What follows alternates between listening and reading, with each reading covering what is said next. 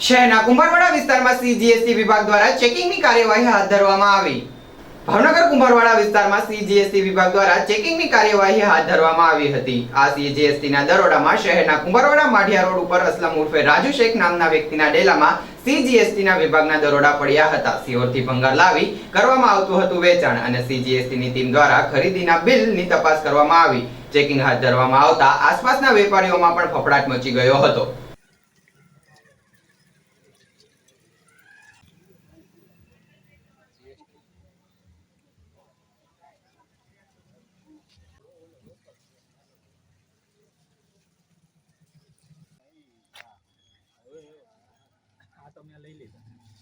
જીરા